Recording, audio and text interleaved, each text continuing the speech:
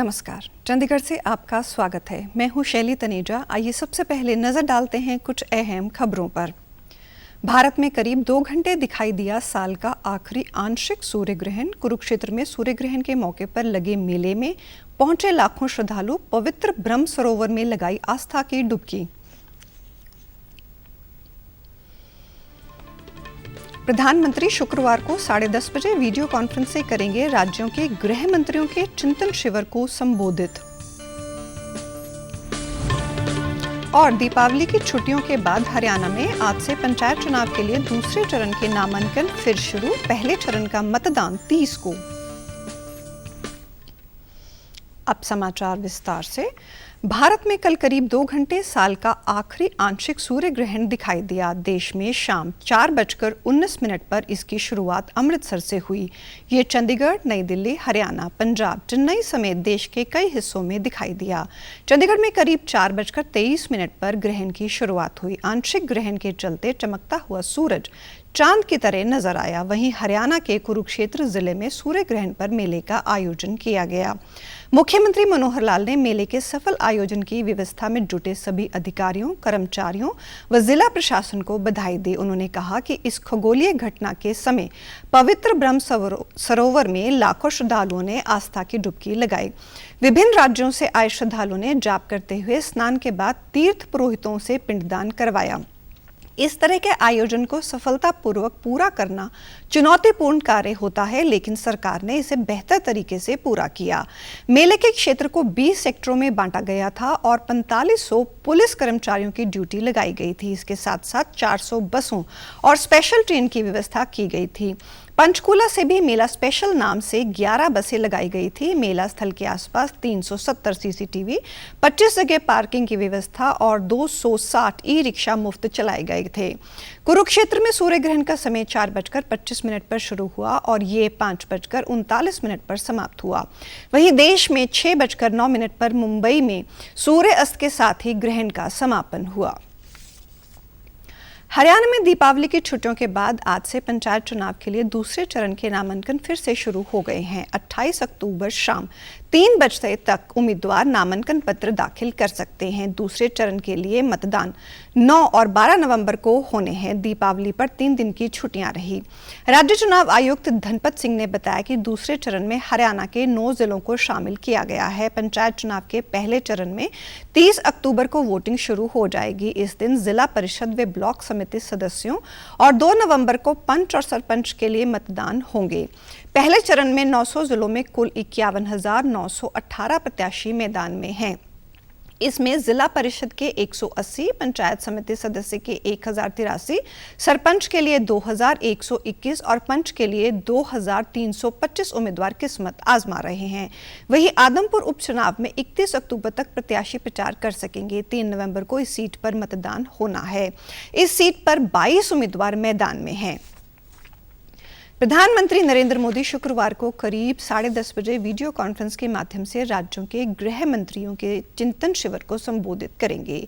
2 दिन का ये चिंतन शिविर कल से हरियाणा के सूरजकुंड में शुरू हो रहा है। राज्यों के गृह सचिव और पुलिस महानिदेशक, केंद्रीय सशस्त्र बलों और तथा केंद्रीय पुलिस संगठनों के महानिदेशक भी इस शिविर में भाग लेंगे।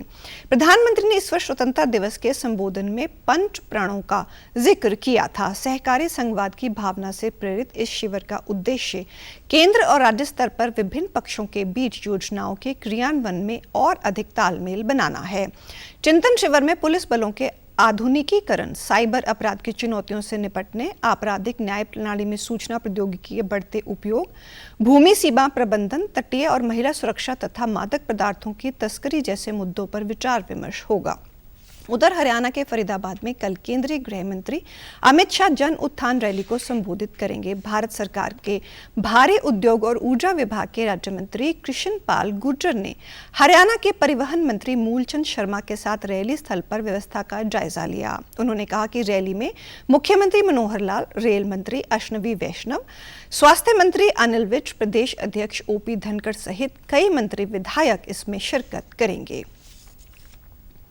रक्षा उत्पादन विभाग ने देश भर में 294 स्थलों पर स्वच्छता अभियान चलाया है। विभाग 2 अक्टूबर से नई दिल्ली में स्थित अपने कार्यालयों, सभी क्षेत्रीय कार्यालयों और स्थानीय इकाइयों में विशेष स्वच्छता अभियान 2.0 का संचालन कर रहा है। रक्षा मंत्रालय ने कहा कि अभियान के दौरान विभाग ने संसद सदस्यों के 9 लंबित मुद्दों और 231 आम जनता की शिकायतों का निपटारा किया है। कबाड़ की बिक्री से अब तक 10 करोड़ 72 लाख रुपए से अधिक की आय प्राप्त हुई है और 75,000 वर्ग फुट से अधिक जगह खाली कराई गई है।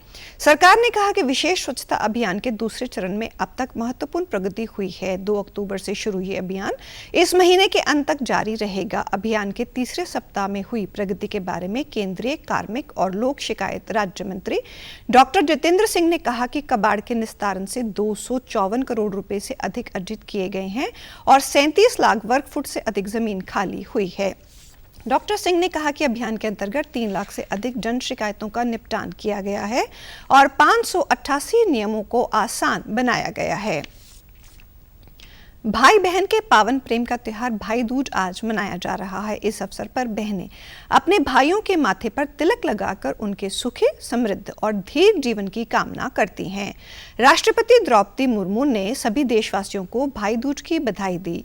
एक ट्वीट में राष्ट्रपति ने महिलाओं के प्रति सम्मान और सुरक्षा सुनिश्चित करने की अपील की और परस्पर भाईचारा और सुदृढ़ होने की कामना की। उधर चंडीगढ़ में भी भाई दूज हर्षोल्लास के साथ मनाया गया। सूर्य ग्रहण के बाद ये पहला पर्व है। उपराष्ट्रपति जगदीप धनखड़ आज अमृतसर पहुंचे। यहां उन्होंने हरमंदिर साहिब में माथा टेका। इस मौके पर उन्होंने दरबार साहिब में गुरु का लंगर भी चखा। उन्होंने शहीद स्थली जलियांवाला बाग में पहुंचकर शहीदों को नमन किया। इसके बाद वो दुर्गाना मंदिर भी पहुंचे। उनके दौरे के चलते अमृतसर पुलिस अलर्ट पर रही और सुरक्षा के कड़े प्रबंध किए गए। दीपावली पर पटाखे चलाने से होने वाले प्रदूषण में इस बार काफी कमी आई है। पंजाब में वायु प्रदूषण पिछले 2 साल के मुकाबले काफी कम रहा। पंजाब प्रदूषण नियंत्रण बोर्ड के अनुसार प्रदेश की औसत AQI इस बार 224 दर्ज किया गया, जबकि 2020 में ये 328 और 2021 में 268 था। वहीं हरियाणा के 5 शहरों की हवा प्रदूषित रही। इनका AQI 300 से ऊपर दर्ज किया गया। हालांकि हरियाणा सरकार ने पटाखे चलाने पर पाबंदी लगाई हुई थी। इस दौरान हवा चलने से प्रदेश के कई शहरों का औसत AQI 37% से कम रहा। वहीं चंडीगढ़ में दीपावली के बाद एयर क्वालिटी इंडेक्स 170 माइक्रोग्राम प्रति क्यूबिक मीटर दर्ज किया गया। प्रशासन ने यहां ग्रीन पटाखे चलाने की इजाजत दी थी, जिसकी बदौलत शहर के औसत AQI पिछले 4 सालों की अपेक्षा कम रहा।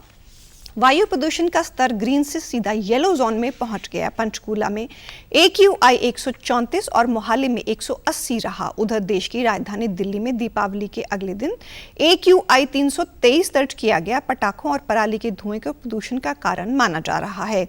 भारत सरकार के स्वास्थ्य और परिवार कल्याण मंत्रालय की NCDC वेबसाइट के मुताबिक दिल्ली का AQI सबसे खराब श्रेणी में आता है। और अब पेश हैं खबरें फटाफट। राष्ट्रीय व्यापी टीकाकरण अभियान के अंतर्गत देश में अब तक लगाए जा चुके हैं 219 करोड़ 57 लाख से अधिक कोविड रोधी टीके। स्वास्थ्य मंत्रालय ने बताया है कि पिछले 24 घंटों में 96,000 से अधिक टीके लगाए गए।